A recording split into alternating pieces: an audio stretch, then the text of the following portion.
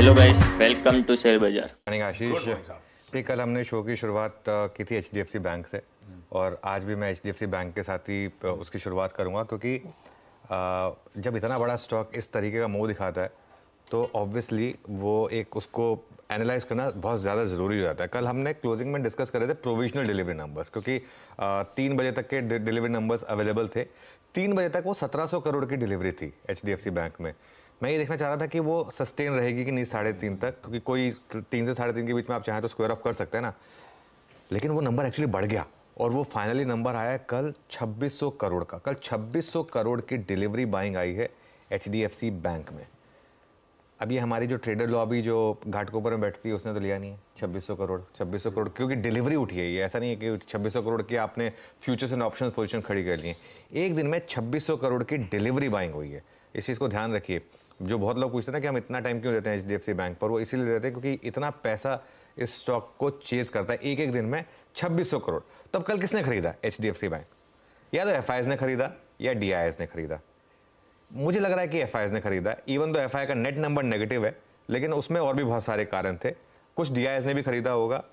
लेकिन ये एक बहुत बड़ा पॉजिटिव है मार्केट के लिए कि कल जिस तरीके के डिलीवरी पे ये नंबर्स आए। और स्पेशली एक और चीज़, इंट्राडे देखिए आप, ऐसा नहीं हुआ कि कल एचडीएफसी बैंक उस एनालिस्ट कॉल के बाद सीधा गैप अप खुला और उसके बाद वहीं पे रहा या नीचे आ गया।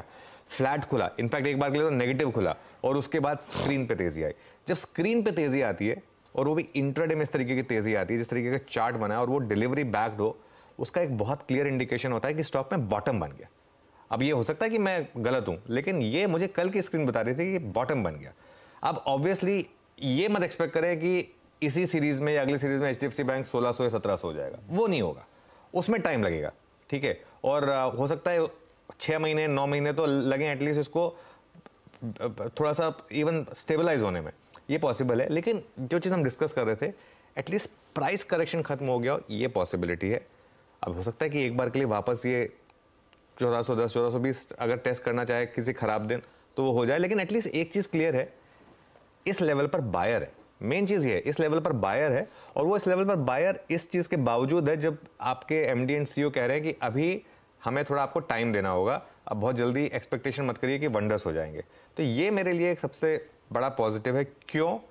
क्योंकि हमने एक इंडेक्स की बात की थी बैंक निफ्टी की, बाकी सारे इंडेक्सेस चल रहे हैं, बैंक निफ्टी अभी भी अपने पुराने हाई से 2000 पॉइंट दूर है। हमने इन पर परसों बात की थी इसकी कि 2000 पॉइंट दूर है बैंक निफ्टी अपने पुराने हाई से। उसमें से बैंक निफ्टी ने करीब करीब 600-700 तो निकाल दिए 2 दिन में इस तरीके की रैली के बाद। तो अगर ये स्टेबलाइज भी हो गया तो बैंक निफ्टी के लिए बड़ा पॉजिटिव होगा और वही मुझे चाहिए कि बैंक निफ्टी में हो। अब तक आपने ध्यान दिया होगा, मेरा व्यू रहा है कि निफ्टी में लॉन्ग रहें, बैंक निफ्टी को कुछ टाइम के लिए छोड़ दें। अब मेरा व्यू ये भी बन रहा है कि अगर ये कंटिन्यू करेगा तो बैंक निफ्टी पर भी आप एक बार के लिए पॉजिटिव व्यू ले सकते हैं। लेकिन अगेन देखना यह है कि ये वनडे वंडर था, पहले भी हुआ ऐसा, या फिर इस बार ये सस्टेनेबल है।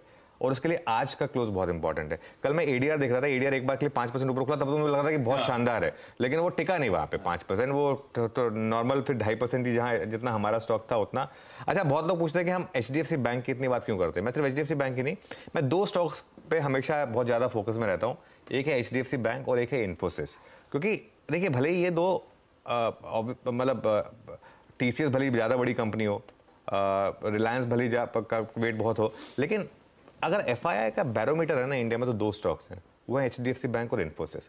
वो जब 90s में लिबरलाइजेशन हुआ था उसके बाद से जो एफआईआई की इन्वेस्टमेंट रही है ना, वो सबसे ज़्यादा जिन 2 स्टॉक्स में आई है, ऑब्वियसली उसका एक बहुत बड़ा फैक्टर फ्री फ्लोट भी था, वो है एचडीएफसी ट्विंस, जो अब एक एचडीएफसी बैंक रह गया, और एक इन्फोसिस। इसके लिए हम इस पर इतना टाइम देते हैं और आज देखते हैं कि ये बॉटम आउट होता है या नहीं, या साइन देता है कि नहीं। आज तो बैंक निफ्टी की एक्सपायरी भी है।